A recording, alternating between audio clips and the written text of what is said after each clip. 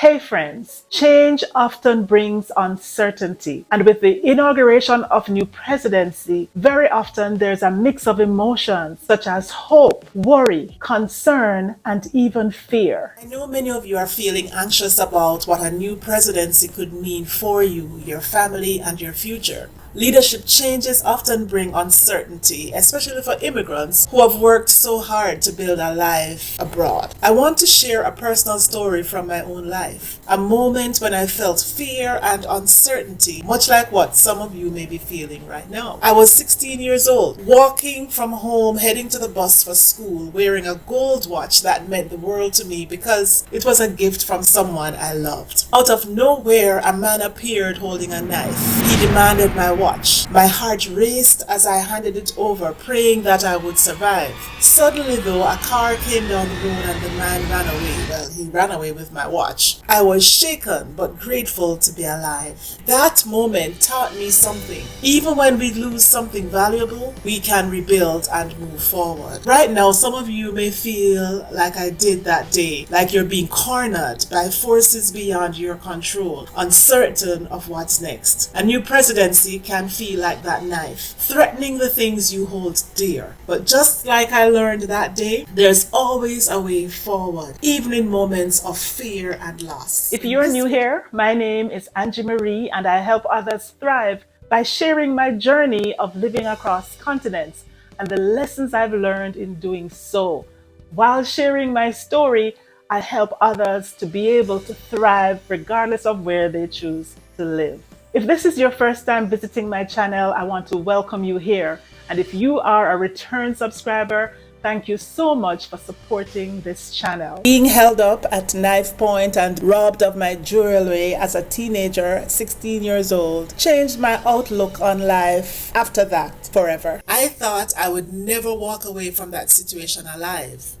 But in an instant, something unexpected happened and my life was spared. Looking back now, I see how that moment reflects what many immigrants feel when leadership changes in a country they call home. To me, that watch wasn't just a piece of jewelry. It was a symbol of love, trust, and security. But suddenly, everything changed. I felt fear like never before. My thoughts raced. Why me? What did I do to deserve this?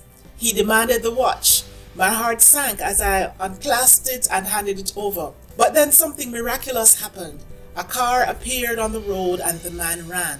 I was shaken but physically unharmed. I walked away that day with my life intact, but I also walked away with a profound understanding. Sometimes we lose things we value, but we still have a chance to move forward and rebuild. As immigrants, many of us carry a similar sense of hope, love, and security when we enter a new country. But when leadership changes, whether it's a new president, new policies, or shifts in public opinion, it can feel like we're being held at knife point emotionally. We wonder, will the things we've worked so hard for, our jobs, our families, our safety, be taken from us? Will we be pushed out of a place we have come to call home? Like me on that street, we feel vulnerable and fear takes hold. But just like that day, we have to remember that not all is lost. Even in uncertain times, there is hope and there is a way forward. So how do we move forward when the future feels shaky? Let me share 3 strategies that helped me during moments of uncertainty and fear. Number 1, stay informed. Knowledge is power. Learn how potential changes may affect you and your family. Seek out trusted sources, community groups, or even legal experts who can guide you through any upcoming transitions. Number 2,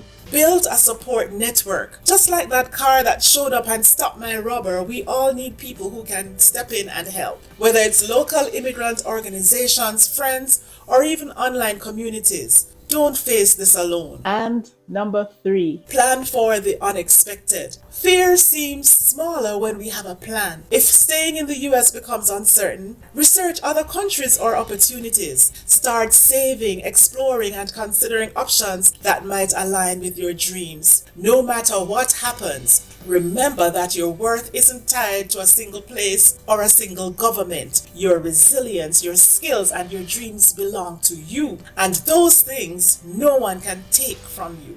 So why do I share this story? Well, because the gold watch I lost that day wasn't the end of my journey. It was a moment of clarity. It reminded me that I'm more than my possessions and I have the power to rebuild no matter what I lose. For every immigrant feeling afraid right now, I want you to remember you are more than your circumstances. Leadership may change, but your courage, your resilience, and your ability to create a meaningful life never will. I want to remind us all about something, and that is that the story of America is shaped by all of us, not just one person sitting in an Oval Office.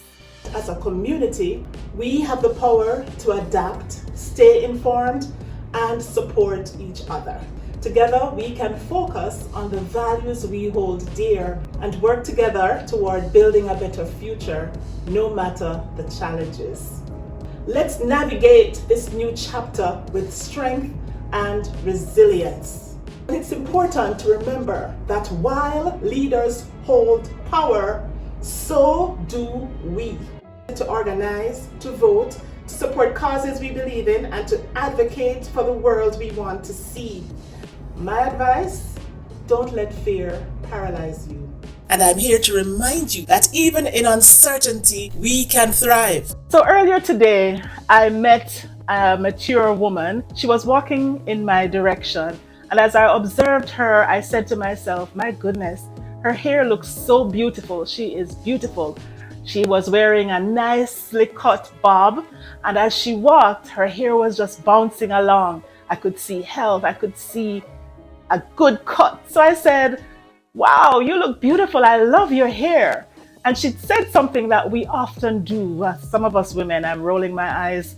We often do the same. I do it sometimes. Someone says, oh, I love your hair. And then I go trying to remember how my hair was. And if I wasn't totally satisfied with it, I might say, yeah, I need to get it done. We do that. We need to stop doing that though. But anyway, I told the lady, I love your hair. Your hair looks beautiful. You know what she said to me? She said, oh yeah, it's all gray now. I said, ma'am, I didn't even see the color.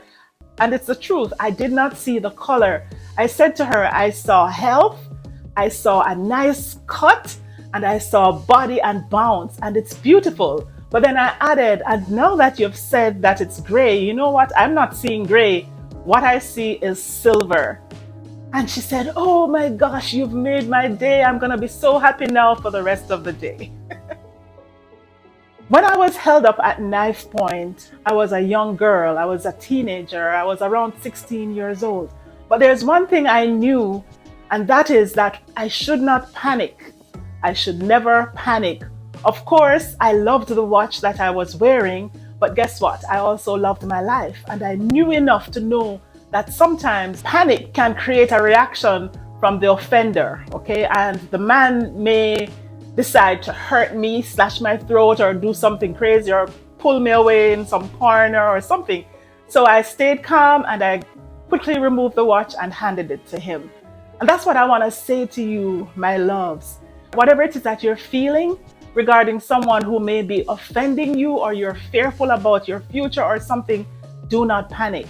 Understand that at the end of the day, God is in control. One of the things I've learned is that all the experiences I have had have been for a good reason. They formed the foundation for things I was to face later. In terms of leadership of a country, it is my belief that at the end of the day, the people make the decision when you're in a democratic society. But at the end of the day, God is in control, and God knows, this is my opinion, why a particular leader is needed at a point in time, because sometimes we can't see everything down the road. So at the end of the day, God is in control, and we need to just trust that. Do what we need to do, okay? If we need to hand over things or get our documents correct or whatever we need to do legally, we do that. But stay calm. Do not panic. Pray about it. Make some plans. If you feel that this is not going to be good for you, then we could make plans to move somewhere else.